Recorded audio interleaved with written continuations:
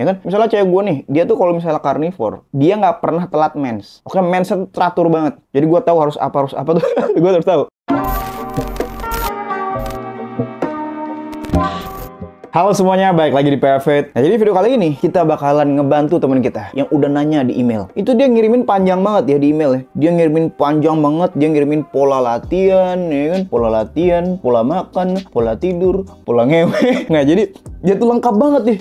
Ini lengkap banget nih orangnya. Jadi karena dia ngirimnya lengkap, informasinya lengkap, jadi kita langsung aja bahas sekalian ya di YouTube ya. Jadi dia itu namanya Tony, ya kan?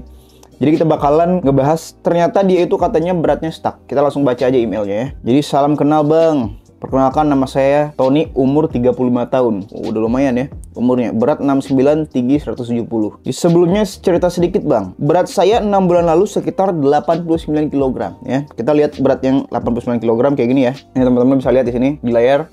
Oke. Nih, 89 kg. Terus nih, dia nggak tahu kenapa ya. Kita baca lagi. Dan mulai ngerasa nggak nyaman karena terlalu gemuk. Siapa yang nggak nyaman? Lu perut udah kayak ngebawa galon, Pak ya. Nggak nyaman. Gue jadi lu pasti nggak nyaman. Jadi saya putuskan untuk diet dan olahraga. Bagus. Semua orang pasti gitu. Semua orang kalau udah gemuk, pasti dia akan apa?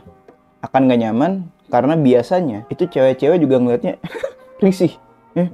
Risih banget, jadi kita jalan pun juga risih, nggak enak gitu, nggak pede, ya kan? Tapi kalau kita badannya rata atau bahkan six pack, ini baju nggak perlu, kita buang aja baju, ya. Kalau udah bagus badannya. Jadi saya putuskan untuk diet dan olahraga. Awalnya coba searching YouTube, ya kan? Dan akhirnya ketemu kontennya abang. Akhirnya saya nonton terus channel YouTube Bang Putra. Sampai akhirnya berat saya turun 20 kg karena ikuti anjuran Bang Putra untuk jalan di walking pad dengan jarak 5 km dalam waktu 1 jam. Jadi dia tuh di treadmill ya. Jadi dia tuh jaraknya 5 km ya dalam waktu sejam. Lumayan nih, lumayan lama ya. Berat saya turun 20 kg dalam waktu 6 bulan. Amazing. Tapi badan masih skinny fat. Oke, kita lihat badannya dia pada saat dia udah turun sebanyak 20 kg ya. Itu 6 bulan nih. Kita lihat badannya. Nih, lu bisa lihat badan di sini, ya.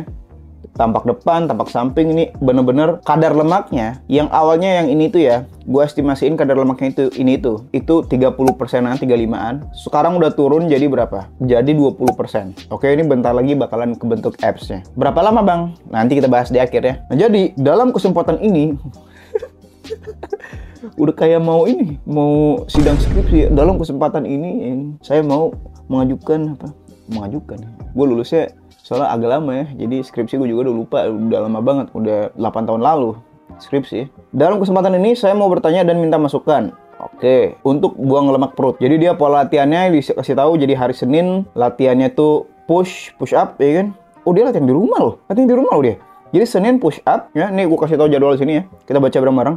Senin push up, iya kan? Terus dia setnya 10, repetisi 10, kardio dia di walking pad ya, dia jalan kaki. Terus Selasa dia sit up segala macem ya, banyak banget di sini. Ada setnya juga, ada repetisi juga, bisa kita lihat ya kan. Rabu dia bicep curl pakai dumbbell ya kan. Terus juga dia jalan juga, kardio juga. Terus Kamis, Jumat, Sabtu, Minggu pengulangan yang sama. Nah, ini bagus nih. Jadi kalau kita analisis dari pola latihan, ini memang pola latihannya itu sangat-sangat berfokus ke mana? Bakar lemak. Karena di sini latihannya di rumah aja, sehingga stimulasi untuk ngebentuk otot itu nggak maksimal banget ya. Kecuali kalau kita ke gym. Apalagi kalau ke gym, coachnya gue.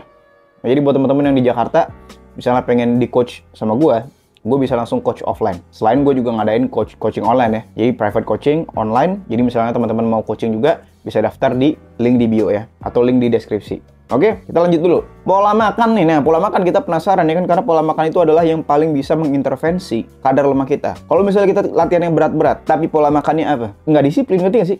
Kayak kita tuh mau perutnya tuh ya punya abs atau rata. Tapi kalau kita makannya nggak diatur, olahraga sampai gila. Contoh misalnya kita punya mindset kayak gini. Yang penting gue udah olahraga sampai keringetan, sampai basah, baju gue sampai kayak udah mandi, ya kan? Tapi dietnya ngasal-ngasalan. Di rumah lu masih makan-makan, nyomot-nyomotin kue. Di rumah lu masih nyomot-nyomotin gorengan. Itu ngebikin progres kita tuh seakan-akan stuck. Kalau misalnya kita disiplin, protein tinggi gitu ya, carnivore diet contohnya, kita bakalan perlahan-lahan bakalan lihat progres itu, nggak bakal stuck. Oke? Kita baca pola makannya. Jadi pagi whey protein, ya kan jam 7. Siang makan biasa, dada ayam 200 gram, dikit banget pak. Ini dikit banget ini. Ya kurang banget dada ayam 200 gram. Malam ikan atau daging sapi 200 gram. Oke, jadi dia makannya setelah latihan. Dia makan 3 kali ya. Nah, jadi kalau dari pola makan, ya, pola makan menurut gua ini jangan pakai dada ayam, pakainya paha ayam. Kenapa? Karena paha ayam tuh bakalan ngasih kita energi lebih untuk ngelakuin kayak kardio tadi atau latihan beban. Karena paha ayam tuh biasanya kalorinya lebih tinggi dan kita lebih enak makannya. Kalau dada ayam nih makannya kayak apa? Udah kayak makan gabus kering, tau gak lo? Kalau kita habis nyuci piring, ya, itu rasanya tuh kayak makan gabus, nggak enak, ya, bikin sakit tenggorokan.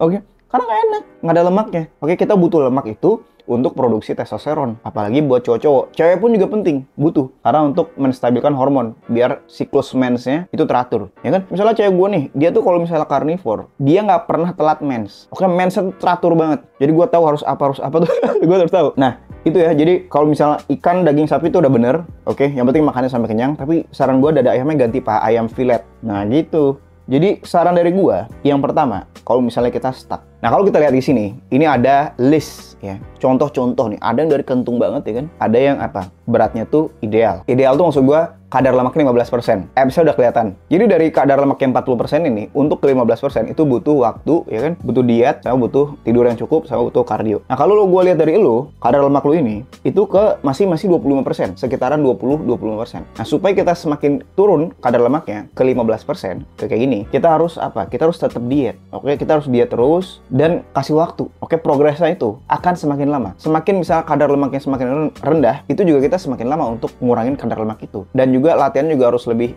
rajin. Jadi saran dari gua adalah lu tetap ngelakuin ini, tetap ngelakuin jadwal latihan lu yang ini. Cuman nanti dietnya dimanipulasi. Jadi jangan pakai dada ayam, pakainya paha ayam. Dan juga nanti kita track. Oke, lu kan baru 6 bulan nih. Kalau misalnya kita baru 6 bulan, itu tuh nggak bisa langsung nunjukin abs kita. Apalagi lemak di bawah itu, lemak di perut itu, bagian bawah, itu adalah lemak yang paling bandel, paling lama dibakar sama tubuh kita pada umumnya. Jadi kita harus kasih waktu sampai setahun, itu bakalan ngurangin kadar lemak kita di perut bagian bawah. Oke, ingat, kita boleh cheating atau istirahat dari diet, tapi cheatingnya juga mikir-mikir. Jangan kita misalnya kita punya target, kita punya goals, tapi kita malah ngehambat goals kita sendiri. Contohnya cheatingnya juga nggak ngotak ya kan. Kita misalnya makannya martabak gorengan, itu percuma lu diet seminggu sebelumnya. Karena kalori ujung-ujungnya juga lu bakalan numpuk. Jadi segitu aja ya saran dari gue ya. Jadi semoga membantu. Jadi kesimpulannya adalah lu pertama pola makan lu, dada ayamnya ganti dulu sama paha ya. Dada ayam tuh itu tuh rendah banget kalorinya dan nggak enak. Terus yang kedua, pola latihan lu. Gue nggak tahu speednya kan 5, ada incline nggak? Kalau misalnya nggak ada incline, berarti lu mesti tambahin incline ya biar agak naik. Biar nanti kalorinya tuh terbakar 2 kali lipat. Terus juga sama waktu, lu harus nunggu estimasi kita itu ya.